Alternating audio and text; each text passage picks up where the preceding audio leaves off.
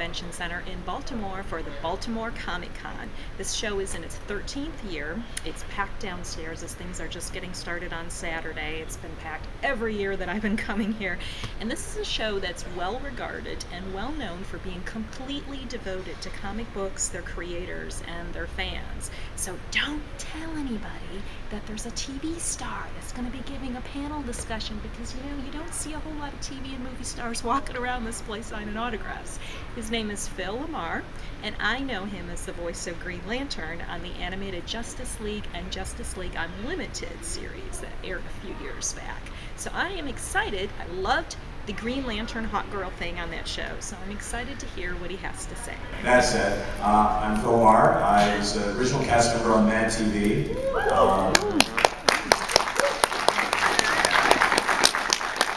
I had a small but memorable part in Pulp Fiction. I was Marvin, the guy who got his brains blown out in the backseat of the car. You played, you did voiceover work for the Mr. T animated show, is that correct? Yes, okay. Yes, it was an animated show in 1984? No, 83, the Mr. T cartoon. Was that your first time doing voiceover? That was my very first professional job ever. Yeah. That was when Mr. T was very, very popular. Probably like Kardashian level. Like he was so popular, they said, well, let's give him a cartoon to go with his cereal. Why not? You only got 3 channels, you gotta fill them with something. So yes, they made a very bad cartoon. You know how like the old Hanna-Barbera cartoons, they use the same background over and over again? I know, right? These were made by the company that was cheaper. And just conceptually it was bad. Mr. T was the coach of a gymnastics, a kids' gymnastics team that traveled around the country in a van, or bus or something, solving crime. Not a van, sorry, that would be a copyright infringement. This was a lift, not a steal. Yes, they traveled around in a bus solving mysteries. Wow. With a dog with a mohawk. Right. It was bad. I remember there was one, my character, Woody, was the smart kid. And there was one time they found a clue.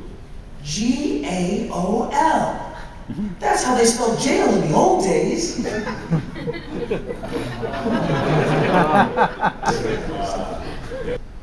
Yes, in the back. Yes. You did voiceover for Static Shock, and John Stewart and Justice League, correct? Yes, I did Static Shock and I did Virgil in Static Shock and John Stewart in Justice League. Now, if I remember correctly, there was an episode where they appeared together. Was it easy to do 2 voices in the same episode to 2 different people? There were actually, I believe, 3 episodes where they appeared together. And it wasn't easy. No. The Static voice and the John Stewart voice are very separate. The Static voice is basically my 14-year-old voice. My name is Static, and I'm gonna shot to your sister. And John Stewart is, the whole other end of the range. My name is John Stewart, Green Lantern Sector 2814. And there was an episode where John Stewart guested on Static. Static, I can see you being quite a handful once you join the league. Wait a minute, did you say once I joined the league? But the tough part was when Static guested on Justice League, and in fact, there was a Justice League episode where they went into the future, and it was 60-year-old Static. And that was actually really a challenge, because I couldn't do my 14-year-old voice. I had to find an older voice that didn't sound anything like John Stewart, because they talked to each other.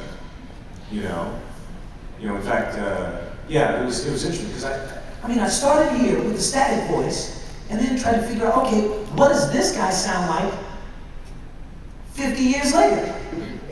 And basically we decided, well, not everybody's voice gets deep as they get older. Maybe he's one of those guys whose voice stays in their upper register their whole life, even as they grow up and become an adult. You know, it's just some people have higher voices than others. And then, you know, you add a different energy level, you know, being older, and then he gets a little older, and then you add some texture from being, you know, 60, and then he begins to sound like this. And, you know, then Jon Stewart comes up. Well, last time I saw you, you weren't even driving yet. Well, things have changed. An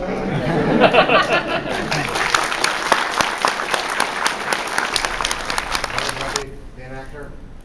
No. I didn't always want to be an actor. But I guess I kind of just was. Basically, I've been acting since 8th grade.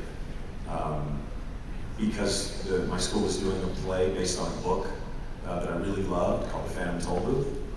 And I didn't audition because I wanted to be an actor. I auditioned because I wanted to play this one character in the play, in the book. And that's sort of what I've been doing ever since. I guess I'll keep doing it until I find something I'm better qualified for. Yes? In your animated voice work, is it usually done each person's piece one at a time, or whole cast, or what? Question is, in the animation stuff, do you record together or each actor individually? It depends on the producers and how they like to do it. I've done a few episodes of Phineas and Ferb, and we always record those separate. Disney shows tend to do that. They tend to record them separately.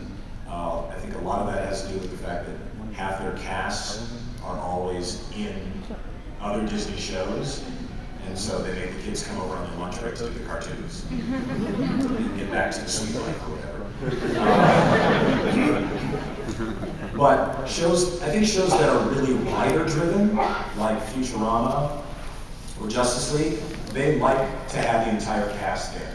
I mean, a show that has comedic timing like Futurama, they need to hear the lines together to make sure that they work. You know, because you can do a lot of things in editing, but you can rarely make something funny if it's not. Justice League, there was just so much character interaction, so much emotion, that it made more sense to hear the characters, you know, bouncing off each other. Because the thing is, when you say a line in response to someone, you're going to say it differently depending on the way they say it. If somebody says something really forcefully, then you may answer back forcefully. But if they say something calmly, then you may answer back in that same energy. You know, people respond to each other that way. And when stuff is written more realistically, they need to get the realistic performance.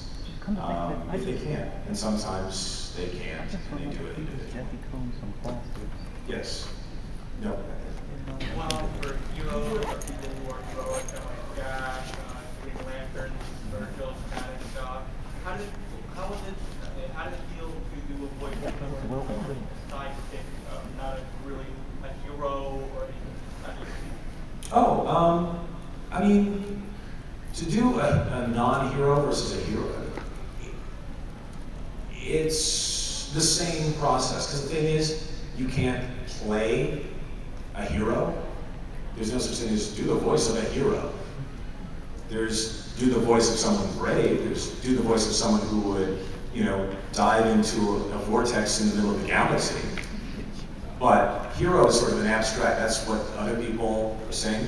Like for me, Jon Stewart was, you know, someone who had a military background who was chosen for this job, and he had his own attitude. And Will is an imaginary friend who's, you know, there to make people feel good. And, you know, he's got his own attitude. So, you know, there's not really a difference except in what the process is the same, but where you end up is different. Yes. I remember when Justice League was first announced, people were kind of shocked that they were going with Jon Stewart as the Green Lantern character. But he turned out to be, I think, one of the most dynamic and interesting of the whole series. What was it like to go through that journey?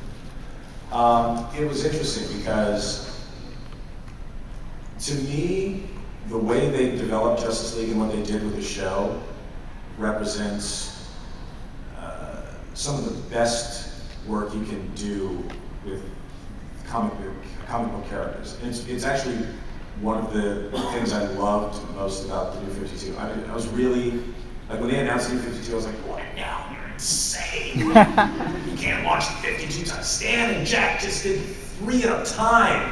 And even then you want to go fucking Ant-Man every once in a while. But the thing that I loved about it was they were throwing out continuity. And because I don't think you should be a slave to some bad idea just because somebody did it 25 years ago. And with Justice League, that's what they did. They threw out all the bad ideas and took all the good ones and said, well, let's build from here. And one of the things, the cultural diversity involved in the Justice League, I asked Bruce about it. You know, when we started, it's like, you know what? I don't want to do a show where it's 7 white people saving the world. You know, so they made the choice to make John Stewart the Green Lantern. Not like, oh, well, Hal Jordan's out in space, so I'm just going to be here in the Justice League. No, he was Green Lantern. He was the one that, you know, everyone said is the best Green Lantern in the universe. He was the one that they had legends about. And they made the decision to make Hawkgirl Latina, which wound up playing into the series in a really cool way. It's like, oh yeah, okay, Thanagarians have a Spanish feel to them. Mm-hmm. And so when they got to, I mean, many episodes later, they got to the Starcross storyline where the Thanagarian invades Earth. They cast all actors with Spanish speaking background, as the Thanagarians. And it was amazing because all of a sudden you had a feeling of other to the Thanagarians that wasn't just the wings, you know, and I think it really fed into the storyline in an amazing way. Yes, sir. Your John Stewart Green Lantern is my favorite Green Lantern. Is there any chance that we'll see you return to that in the new Green Lantern animated series? I don't know. Is anybody watching the Green Lantern? Do they have somebody doing John Stewart? No. Yep, hasn't shown up. It's all Hal Jordan. I don't know. It's interesting because a lot of times it seems like producers, especially coming after something that's so groundbreaking, they kind of don't want to make it seem like they're going over the same ground. It would be epic, though. Well, yeah, see you come back. because I've been working on Young Justice. Yeah. But they actively did not cast me as John Stewart. So, and I think they sort of made sure they didn't cast anybody in the characters, you know. I think John DiMaggio was playing that, but I'm playing Aquaman. He's not playing Aquaman. You know, it's I don't know. You guys answer the question. You obviously prepare for each and every role that you do. Obviously. But I noticed that for some of the roles, you, for example, when you are taking over something that Chris Rock did for more of a TV series, how often do you recycle voices? Because I noticed in Knights of the Old Republic 1, yes, I'm that kind of nerd too, I noticed you have a voice there, and the character in terms of animation looks and sounds exactly like John Stewart. Really? Yeah. What character is that? He's the leader of one of the gangs in the lower city of Terrace, the gang. Oh, okay. But he has the same John Stewart, Forrest Stewart voice. Interesting. Well, it's funny because, I mean, there's obviously a lot of people respond to the John Stewart character and want something like that. I try not to directly repeat. Like there's a character in a series called Jack and Daxter, Sig, who's, you know, like a big black guy, you know. And it's very similar to the John Stewart voice. All right, Jerry, let's get going. We're gonna grab us some metalheads. But I mean, I don't think anybody sees the difference. But to me, Sig is. I mean, Sig's here, which is, you know, very much. But John Stewart is actually slightly different. John is a little more of smoky barbecue thing.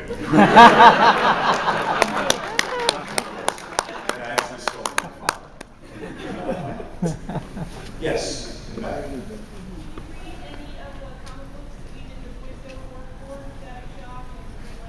Oh yeah, yeah. No, we would have Justice League sessions, and there would be guest stars playing superheroes, and they're like, "Wait, okay, so who am I? The Shining what?" I was like, "Shining Knight." It's part of the. Oh, here, hold on. And I would reach my bag. See, he's medieval, but he's modern, and he's got flying horse. See, that's what it is. I was usually the guy with the reference. Well, finally again, you know. The type of voice that they're looking for a character, and you're always able to create your own. It's always a collaboration, and it varies. The question is, are you told what type of voice in animation that they want? Sometimes they will give you a lot of description, sometimes very little. And then usually they'll have a drawing, you know, of the character. And you combine those things. You combine what they want the character to be like with what he looks like with, you know, just whatever idea that, you know, comes up for me. And sometimes I think, like with Wilt in Foster Son for Imaginary Friends, I went one direction. You know, I think I was doing, you know, something really long, sort of giraffe-y type. And they said, do it more in your regular voice. I went, what regular voice? I don't know what that means. But then, you know, I brought it back to something more like this, and then I think I pushed it back a little bit up to give it more, but basically it came down to something more like my own voice, but with a different rhythm and, you know, saying sorry all the time. Yes.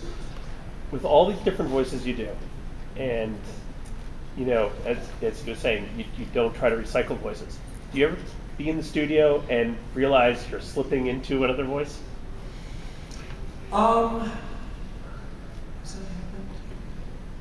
No, although, you know what's funny? I was listening to my friend Rob Paulson, who's a voice actor, that was Yakko from Animaniacs, Pink from Pinky and the Brain, 2 of the Teenage Mutant Ninja Turtles. Well, one 25 years ago, one now.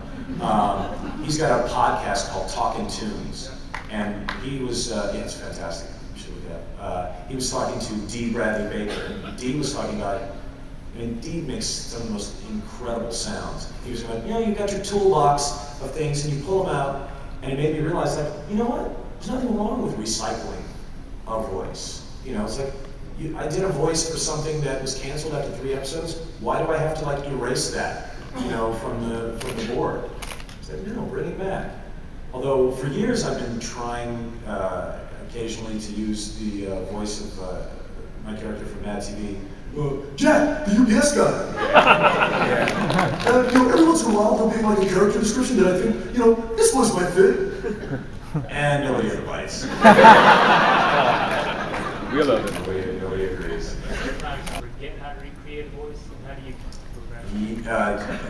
Do I forget how to recreate a voice? Absolutely. Absolutely. It's actually a problem for me. I find that until I see the finished animation and hear the voice with it, I don't really know the character. It's not real to me, and I always have to, usually what will happen is they'll have a recording of what you did in the first episode, and they'll just play it back for you. Although there is something that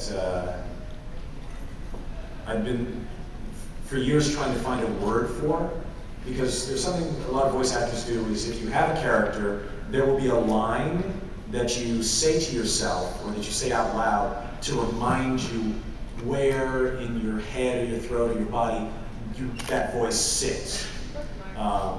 What's that? Bookmark. Bookmark. You know what the term that somebody said to me a few months ago that I really love? Pitch pipe. You know, because like, you know, when you're in a singing group, you have that little thing that It gives everybody their note. And so you know your note, and it tells you where to start. But yeah, so there's a pitch pipeline for each character. And once I have the pitch pipeline memorized, it's usually easier to get back to where the character was. Yes. If you were to voice Batman, how would you do it? I would have voiced Batman. Oh, that's interesting. It depends. It depends on what the take is, because everybody, each of these new Batman shows that they do every 3 years, apparently. Reboot. They got slightly. Is it young Batman? Batman Year One? Or is it, we just really like what Christian Bale did, we want more of that? I don't know, my Batman is the one I grew up with. The 70s, Neil Adams, long-eared, blue-cowled, Dark Knight. And to me, what did that Batman sound like? What is that, the slow clap?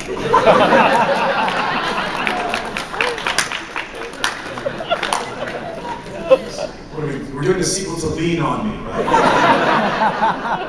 You used to call me Crazy Joe? Now they call me Batman.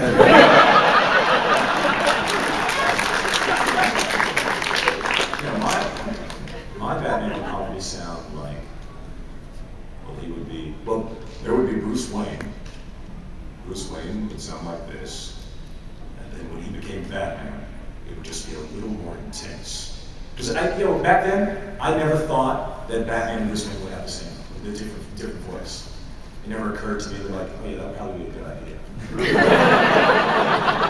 Also, come on, there's people shooting at you, shooting umbrellas and stuff at you. You can't be worried about staying in character. So, my Batman would probably sound something like this. What's going on? Nice.